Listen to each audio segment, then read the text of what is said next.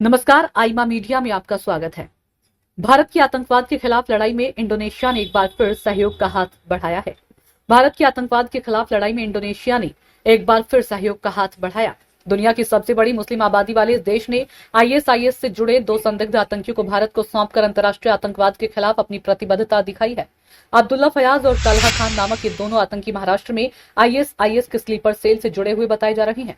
जैसे ही वे जकार्ता से मुंबई पहुंचे, उन्हें गिरफ्तार कर लिया गया। ये कार्रवाई अप्रैल में कश्मीर के पहलगाम में हुए भीषण आतंकी हमले के बाद भारत के लिए एक अहम कूटनीतिक समर्थन माना जा रहा है, जिसमें 26 पर्यटकों की जान गई थी।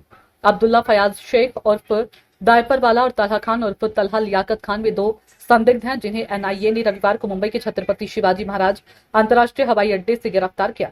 दोनों आईएसआईएस के महाराष्ट्र स्थित स्लीपर सेल से जुड़े हुए थे और 2023 के पुणे आईईडी ब्लास्ट मामले में वांछित थे। अब्दुल्ला और ताल्हा दोनों पर 3-3 लाख रुपए का इनाम घोषित था। इन पर आतंकवाद रोधी कानून यूएपीए समेत अन्य धाराओं के तहत मामले दर्ज हैं। जांच एजेंसियों के अनुसार ये दोनों आतंकवादी अन्य कट्टरपंथी तत्वों के साथ मिलकर देश विरोधी गतिविधियों को अंजाम देने की साजिश रच रहे थे। वे भारत में आतंकवादी हमलों की योजना बना रहे थे और देश की सुरक्षा के लिए गंभीर खतरा पैदा कर रहे थे।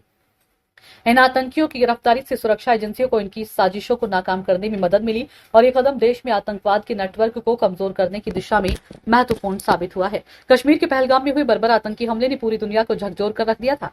इस घटना के बाद भारत ने पाकिस्तान में मौजूद आतंकी अड्डों पर सख्त कार्रवाई की। अब इंडोनेशिया ने भी आतंक के खिलाफ भारत की इस लड़ाई में मजबूती से साथ निभाया है। खबरों के अनुसार आईएसआईएस से जुड़े 2 संदिग्ध आतंकियों को इंडोनेशिया ने पकड़ा और बिना किसी देरी के भारत को सौंप दिया। ये कदम न केवल भारतीय इंडोनेशिया के मजबूत रिश्तों को दर्शाता है, बल्कि अंतर्राष्ट्रीय आतंकवाद के विरुद्ध वैश्विक एकता का प्रतीक भी है। इंडोनेशिया लगातार कश्मीर मुद्दे पर भारत का समर्थन करता आया है। इस्लामिक सहयोग संगठन में भी उसने भारत के पक्ष में रुख अपनाया है। साल जनवरी में इंडोनेशिया के राष्ट्रपति प्राबोवो सुबियांतो ने गणतंत्र दिवस समारोह में भाग लिया और पाकिस्तान की अपनी प्रस्तावित यात्रा को रद्द कर भारत के साथ अधिक समय बिताया।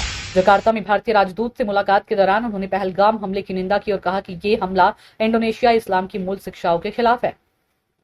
जनवरी में प्रधानमंत्री नरेंद्र मोदी और राष्ट्रपति सुबियांतो के बीच हुई बैठक में आतंकवाद के खिलाफ सख्त कदम उठाने पर सहमति बनी।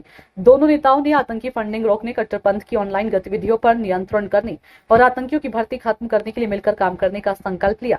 संयुक्त बयान में स्पष्ट कहा गया कि आतंकवाद के सभी रूपों की कड़ी आलोचना की जाती है और आतंकियों को पनाह और समर्थन देने वाले नेटवर्क के खिलाफ मिलकर कार्रवाई की जाएगी। साथ ही संयुक्त राष्ट्र द्वारा प्रतिबंधित आतंकी संगठनों के खिलाफ सख्त कदम उठाने का भी आग्रह किया गया। इंडोनेशिया द्वारा भारत को 2 संदिग्ध आतंकियों को सौंपना सिर्फ एक कूटनीतिक सहयोग नहीं, बल्कि वैश्विक आतंकवाद के खिलाफ सख्त संदेश भी है। मुस्लिम बहुल देश के नेता द्वारा आतंकवाद के खिलाफ खुले तौर पर भारत के साथ खड़े होने से यह स्पष्ट होता है कि शांति, सुरक्षा और मानवता की रक्षा के लिए वैश्विक एकजुटता बेहद जरूरी है। इन आतंकियों की गिरफ्तारी से भारत को आईएसआईएस के स्लीपर सेल नेटवर्क को तोड़ने में अहम मदद मिलेगी, जो राष्ट्रीय सुरक्षा के लिहाज से बड़ा कदम है। आईमा मीडिया को अगर आप YouTube पर देख रहे हैं तो सब्सक्राइब करें, फेसबुक या अन्य सोशल मीडिया प्लेटफॉर्म पर देख रहे हैं तो फॉलो करें। हमें कमेंट बॉक्स में अपने सुझाव अवश्य दीजिए।